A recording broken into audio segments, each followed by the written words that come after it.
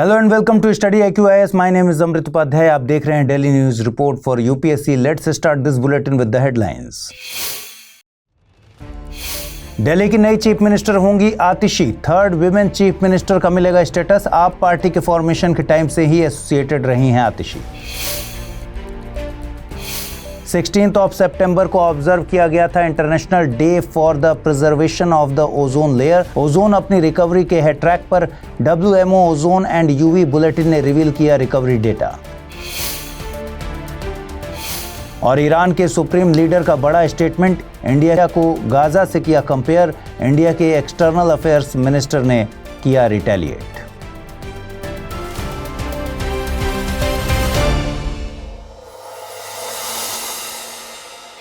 16 सितंबर को international day for the preservation of the ozone layer observe किया गया। Year 2024 के लिए इस दिन की theme Montreal protocol advancing climate actions रखी गई थी। इस ओकेजन पर WMO यानी वर्ल्ड मेट्रोलॉजिकल ऑर्गेनाइजेशन ने अपनी annual report WMO ozone and UV bulletin release की।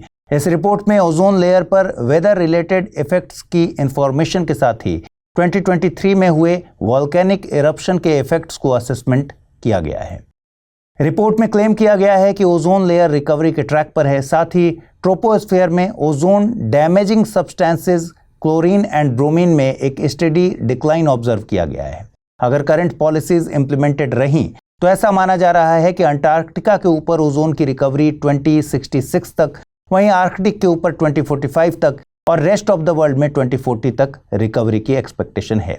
देखिए, ओजोन रिकवरी की ये स्टोरी दिखाती है कि कैसे वर्ल्ड की कंट्रीज अगर साथ मिलकर किसी इश्यू पर अग्री करें तो ऑलमोस्ट हर प्रॉब्लम का सॉल्यूशन निकाला जा सकता है। 1985 में एक ब्रिटिश टीम ने टोटल ओजोन मैपिंग स्पेक्ट्रोमीटर के थ्रू अंटार्कटिका के ऊपर ओजोन होल डिटेक्ट किया था। ग्लोबल लेवल पर ओजोन लेयर में हो रहे डैमेज के बारे में जब पता चला तो ओजोन लेयर को प्रोटेक्ट करने के लिए 1985 में वियना कन्वेंशन लाया गया। ये फर्स्ट ऐसी ट्रीटी थी जिसमें शामिल सभी कंट्रीज ने साइन किया था। 2009 में इस ट्रीटी ने यूनिवर्सल रेटिफिकेशन अचीव कर लिया। इसका पर्पस कंट्रीज के बीच ओजोन लेयर पर ह्यूमन इंपैक्ट के बारे में इंफॉर्मेशन को एक्सचेंज करके कोऑपरेशन को प्रमोट करना था। इस ट्रीटी में एक प्रोटोकॉल लाया गया which was named as Montreal protocol. ये ग्लोबल एग्रीमेंट है जो उन केमिकल्स को फेज आउट करने से रिलेटेड है विच डैमेज द ओजोन लेयर। इस फेज आउट प्लान में केमिकल्स का प्रोडक्शन एंड कंजम्पशन दोनों शामिल है। ये एग्रीमेंट 1987 में साइन हुआ था and it came into force in 1989। Montreal protocol 16 सितंबर 1987 को साइन हुआ था, इसीलिए इस डे को ओजोन डे के लिए चूज किया गया। 2016 में मॉन्ट्रियल प्रोटोकॉल की 28th मीटिंग को रवांडा के किगाली में ऑर्गेनाइज किया गया था। यहाँ पर भी एक अमेंडमेंट किया गया जिसे किगाली अमेंडमेंट के नाम से जानते हैं। इस अमेंडमेंट के थ्रू हाइड्रोफ्लोरोकार्बन्स को फेज डाउन किया जाना था। ये हाइड्रोफ्लोरोकार्बन्स डायरेक्टली ओजोन को हार्म नहीं पहुंचाते, बट ये पोटेंशियल ग्रीन हाउस गैसेज हैं जो ग्लोबल वार्मिंग को इंक्रीज करके क्लाइमेट चेंज के लिए रिस्पॉन्सिबल हैं। The Kigali amendment is legally binding. You should know कि ओजोन एक नेचुरल गैस है। इसमें ऑक्सीजन के 3 मॉलिक्यूल्स होते हैं। ओजोन एटमॉस्फेयर में ट्रोपोस्फेयर एंड स्ट्रेटोस्फेयर दोनों में पाई जाती है। स्ट्रेटोस्फेयर में प्रेजेंट ओजोन सन से आने वाले अल्ट्रावायलेट रेज को अर्थ पर पहुंचने से प्रिवेंट करती है, वहीं ट्रोपोस्फेयर में प्रेजेंट ओजोन स्मॉग क्रिएट करती है विच इज हार्मफुल। 18 सितंबर से मैक्सिको में नोबेल पीस लॉरिएट्स की 19th ग्लोबल कॉन्फ्रेंस को ऑर्गेनाइज किया जा रहा है। इसकी थीम पीस फॉर प्रोग्रेस रखी गई है। इसमें तेलंगाना के डिप्टी चीफ मिनिस्टर मल्लू भट्टी विक्रमार्का पार्टिसिपेट करेंगे और इसके अलावा Guinness record holder magician सामला Venu इस इवेंट में परफॉर्म करने वाले फर्स्ट इंडियन होंगे। इस कॉन्फ्रेंस में दुनिया भर के एमिनेंट पीस मेकर्स पार्टिसिपेट करने वाले हैं। इस कॉन्फ्रेंस का पर्पस वर्ल्ड में प्रेजेंट गैप को एलिमिनेट करना है सो दैट ग्लोबल लेवल पर पीस को एस्टैब्लिश किया जा सके। यू शुड नो कि ये कॉन्फ्रेंस नोबेल प्राइजेस के लिए नहीं है, रादर पीस के लिए जिन इंडिविजुअल्स को नोबेल प्राइज मिले हैं या जो किसी भी तरीके से वर्ल्ड में पीस लाने पर काम कर रहे हैं, ये कॉन्फ्रेंस उन लोगों के लिए है। यू शुड ऑल्सो नो कि नोबेल प्राइज वर्ल्ड के मोस्ट प्रेस्टिजियस अवार्ड्स हैं और ये अवार्ड्स अल्फ्रेड नोबेल नाम के बिजनेसमैन एंड इन्वेंटर के नाम पर दिए जाते हैं। ये अवार्ड्स उनकी विल यानी वसीयत के अकॉर्डिंग दिए जाते हैं। अल्फ्रेड नोबेल ने अपने विल में लिखा था कि जिन्होंने पास्ट ईयर्स में मैनकाइंड का सबसे ज्यादा बेनिफिट पहुंचाया हो उन्हें उनकी वेल्थ के बड़े हिस्से से रिवॉर्ड किया जाएगा। नोबेल प्राइजेज उन इंडिविजुअल्स को अवार्ड किए जाते हैं जिन्होंने physics, chemistry, medicine, literature and peace की फील्ड्स में ग्रेटेस्ट कंट्रीब्यूशन दिया हो। उनकी विल के अकॉर्डिंग 1901 में फर्स्ट नोबेल प्राइजेज अवार्ड किए गए। बाद में 1969 में स्वीडन के सेंट्रल बैंक की 300th एनिवर्सरी सेलिब्रेट करने के लिए इकोनॉमिक्स में एक नया प्राइज ऐड किया गया। नोबेल पीस प्राइज नॉर्वे में दिया जाता है, वहीं दूसरे प्राइजेस स्वीडन में दिए जाते हैं। Every year the Nobel prize are announced in October. Nobel prize हर साल 10th ऑफ दिसंबर को अल्फ्रेड नोबेल की डेथ एनिवर्सरी पर अवार्ड किए जाते हैं, जिसे नोबेल डे कहा जाता है। हर कैटेगरी में प्राइज मैक्सिमम 3 इंडिविजुअल्स को दिए जा सकते हैं। नोबेल प्राइज को विड्रॉ नहीं किया जा सकता। हाउएवर अगर अनाउंसमेंट के बाद विनर की डेथ हो जाती है देन उन्हें प्राइज दिया जा सकता है, but no one can be nominated posthumously. Nobel prize winners का सिलेक्शन वेरियस इंस्टीट्यूशंस द्वारा किया जाता है। फिजिक्स, केमिस्ट्री एंड इकोनॉमिक्स के लिए royal Swedish academy of sciences, physiology या मेडिसिन के लिए कारोलिंस्का इंस्टीट्यूट एंड लिटरेचर के लिए स्वीडिश एकेडमी सेलेक्ट करती है। नॉर्वेजियन पार्लियामेंट द्वारा अपॉइंट की गई कमिटी नोबेल पीस प्राइज को सेलेक्ट करती है। If you talk about Indians and Nobel prize, then Rabindranath Tagore Nobel prize receive करने वाले फर्स्ट इंडियन थे। 1913 में उन्हें लिटरेचर की फील्ड में नोबेल प्राइज से नवाजा गया। वहीं 1930 में फिजिक्स की कैटेगरी में सर CV रमन को यह अवार्ड दिया गया था। 1968 में मेडिसिन कैटेगरी में हरगोबिंद खुराना को अवार्ड दिया गया। Mother Teresa was honoured for piece in 1979। Mother Teresa Albania में बॉर्न हुई रोमन कैथोलिक नन थी, but she took Indian citizenship. Apart from this 1983 में फिजिक्स के लिए सुब्रमण्यम चंद्रशेखर को नोबेल प्राइज मिला एंड 1998 में अमर्त्य सेन को नोबेल प्राइज फॉर इकोनॉमिक्स दिया गया। 2001 में इंडियन ऑरिजिन के VS नायपाल को लिटरेचर की फील्ड में नोबेल प्राइज दिया गया। In 2014 Kailash Satyarthi was awarded the Nobel peace prize. Recently 2019 में Indian American economist Abhijit Banerjee को इकोनॉमिक्स की फील्ड में नोबेल प्राइज दिया गया था।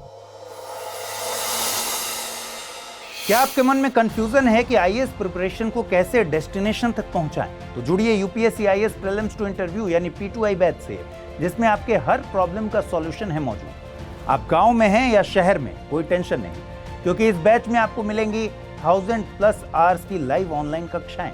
और आपको पढ़ते समय कोई कॉन्सेप्ट समझ नहीं आ रहा तो भी कोई बात नहीं, मेंटोरशिप प्रोग्राम का लाभ उठाइए और अपने मेंटोर से अपनी उलझन का समाधान पाइए। क्या मैं तैयार हूं? यदि इस सवाल का नहीं मिल रहा जवाब तो टेस्ट सीरीज का मिलेगा फायदा। हर एक टेस्ट से तैयार होगा आपकी सफलता का ब्रिज। यही है वो बैच जिसमें आप कर सकते हैं पढ़ाई के साथ कमाई भी। क्यों?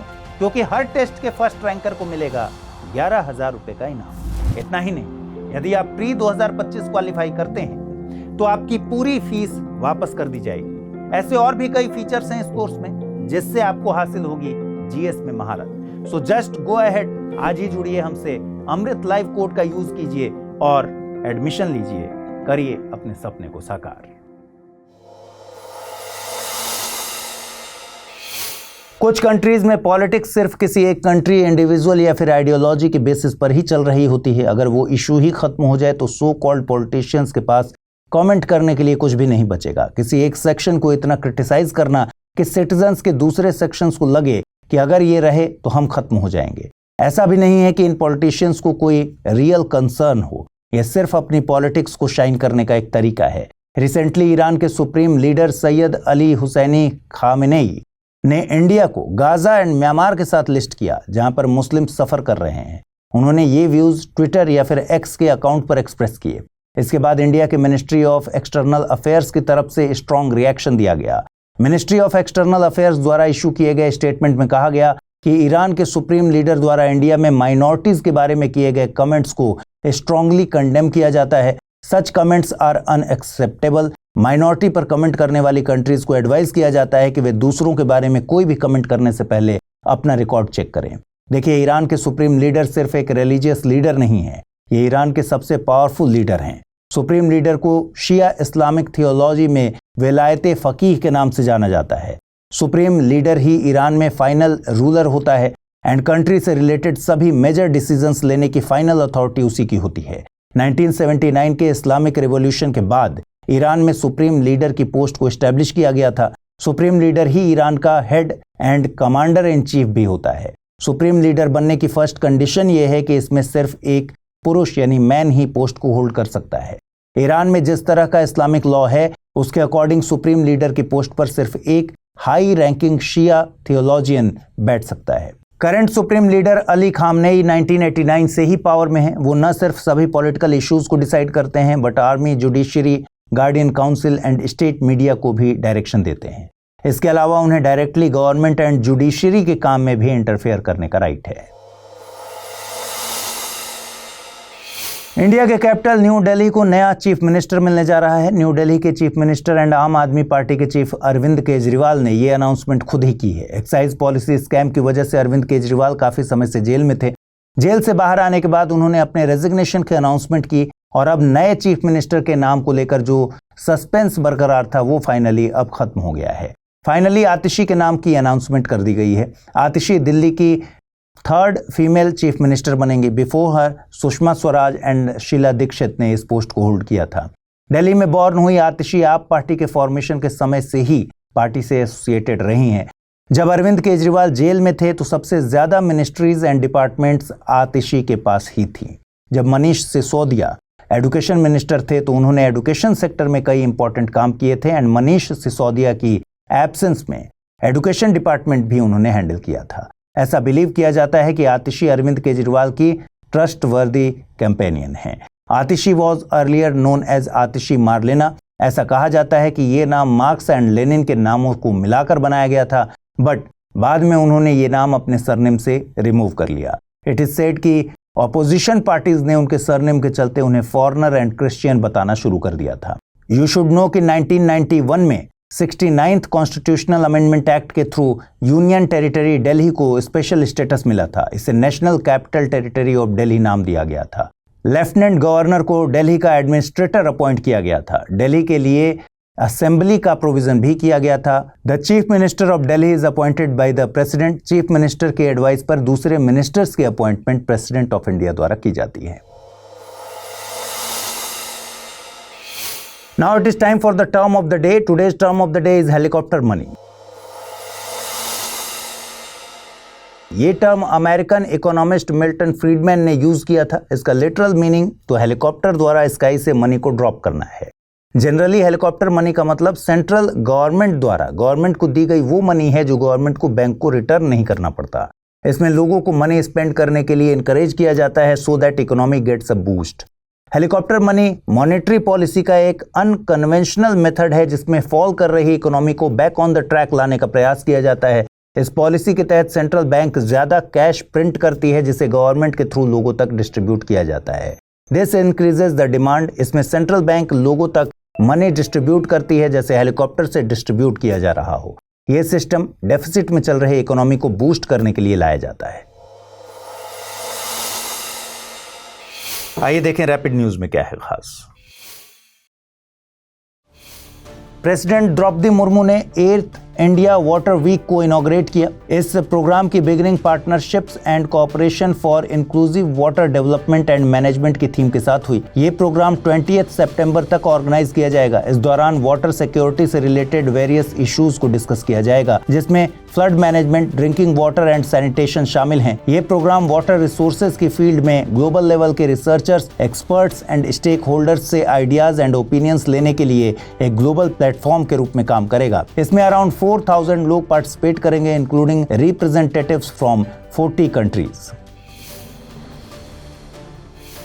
रिसेंटली इनक्वायस यानी Indian national centre for ocean information services ने इंटीग्रेटेड ओशन एनर्जी एटलस को अनवील किया। ये एटलस इंडिया के एक्सक्लूसिव इकोनॉमिक जोन में एनर्जी प्रोडक्शन की हाई पोटेंशियल रखने वाले एरियाज को आइडेंटिफाई करती है। इसमें solar, wind, sea waves, tidal and ocean currents जैसी ओशन एनर्जी रिसोर्सेज की पोटेंशियल को प्रायोरिटी दी जाती है। ये इंडिया के EEZ यानी एक्सक्लूसिव इकोनॉमिक जोन में अवेलेबल रिच एनर्जी रिसोर्सेज को हार्नेस करने के लिए policy makers, industries and researchers को गाइडेंस प्रोवाइड करेगी।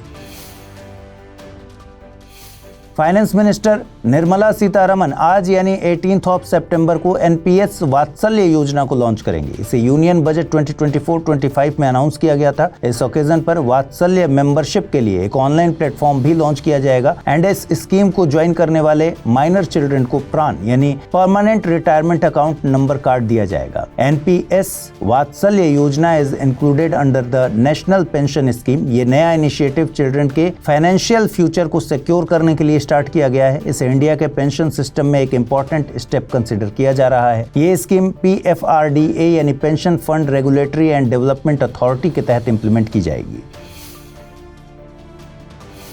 प्राइम मिनिस्टर नरेंद्र मोदी ने अपने 74th बर्थडे के ओकेजन पर सुभद्रा योजना को लॉन्च किया है। सुभद्रा योजना ओडिशा गवर्नमेंट की बहुत स्पेशल स्कीम है। अंडर दिस स्कीम वुमेन को 2 इंस्टॉलमेंट्स में 10,000 रुपीज का फाइनेंशियल असिस्टेंस प्रोवाइड किया जाएगा। ये फाइनेंशियल असिस्टेंस 5 ईयर्स तक दिया जाएगा। स्कीम के बेनिफिट 21 ईयर्स से 60 ईयर्स की एज की वुमेन को मिलेगा एंड इस स्कीम का बेनिफिशियरी बनने के लिए वुमेन को ओडिशा का रेजिडेंट होना जरूरी है। व्लादिमीर पुतिन ने रशियन आर्मी के रेगुलर साइज को 1.8 लाख सोल्जर्स से इंक्रीज कर 15 लाख सोल्जर्स करने का ऑर्डर दिया है। Military think tank international institute for strategic studies के डेटा के अकॉर्डिंग इस तरह के इंक्रीज से रशिया अपने कॉम्बैट ट्रूप्स के नंबर के मामले में अमेरिका और इंडिया को ओवरटेक कर लेगा। सिर्फ चाइना रशिया से आगे होगा। करंटली चाइना के पास 20 लाख से ज्यादा एक्टिव कॉम्बैट ट्रूप्स हैं। Now it's time to see questions based on the bulletin. First question is, which one of the following is related to the issue of controlling the use of ozone depleting substances and phasing them out? Bretton Woods Conference, Montreal Protocol, Kyoto Protocol or Nagoya Protocol? Second question is, Subhadra Yojana has been launched for the women in which state? Uttar Pradesh, Gujarat, Odisha or Telangana? Now let's jump on to the answers of the questions which were asked in the previous bulletin. Bhaskar platform is related to startups, higher education, promoting astronomy in India, promoting Gurukul system in education, and the correct answer is option A, startups. Second question was, Shahid Dweep, Swaraj Dweep and Sri Vijaypuram are located in which part of Indian land? Northeast, northwest, southeast or southwest, and the correct answer is option C, southeast. तो दोस्तों आज के episode में बस इतना ही। To get PDF of this bulletin on daily basis join me on Amrit Upadhyay 007 Telegram channel. कल morning 9 AM आपसे फिर से मुलाकात होगी डेली न्यूज रिपोर्ट के नए एपिसोड में। Till then stay tune with study IQ IAS। Thanks for watching.